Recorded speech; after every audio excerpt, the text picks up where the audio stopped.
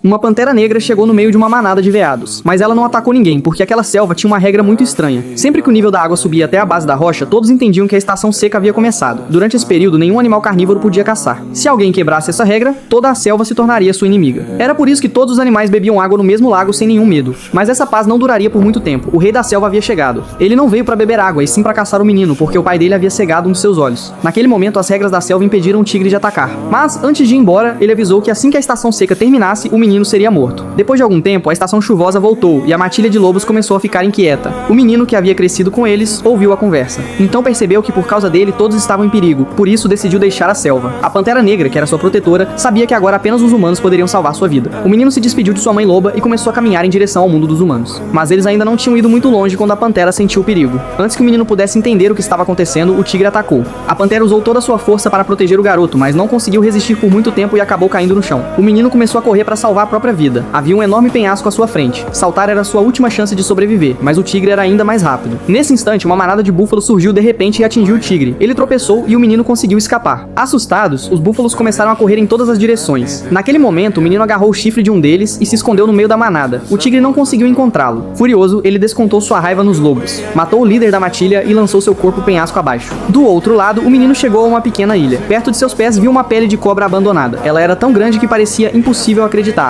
mas ele ignorou aquilo e continuou caminhando. Aos poucos, a atmosfera ficou ainda mais assustadora. Então, uma piton gigante começou a se mover silenciosamente em sua direção. Havia um poder estranho em seus olhos. Assim que o menino olhou para eles, sua cabeça começou a girar. Através dos olhos da piton, ele começou a ver todo o seu passado. Lembrou-se de que, quando ainda era um bebê, seu pai acendeu uma fogueira dentro de uma caverna. O fogo atraiu o tigre até eles. Seu pai conseguiu cegar o olho esquerdo do tigre, mas não conseguiu salvar a própria vida. O tigre ferido fugiu dali sem perceber que um bebê havia sido escondido dentro da caverna. Mais tarde, a pantera negra encontrou a criança, mas não podia criá-la sozinha. Então, entregou o menino para a matilha de lobos. Agora o menino finalmente conhecia toda a verdade sobre o seu passado, mas ele não fazia ideia de que a piton gigante já havia enrolado todo o seu corpo ao redor dele.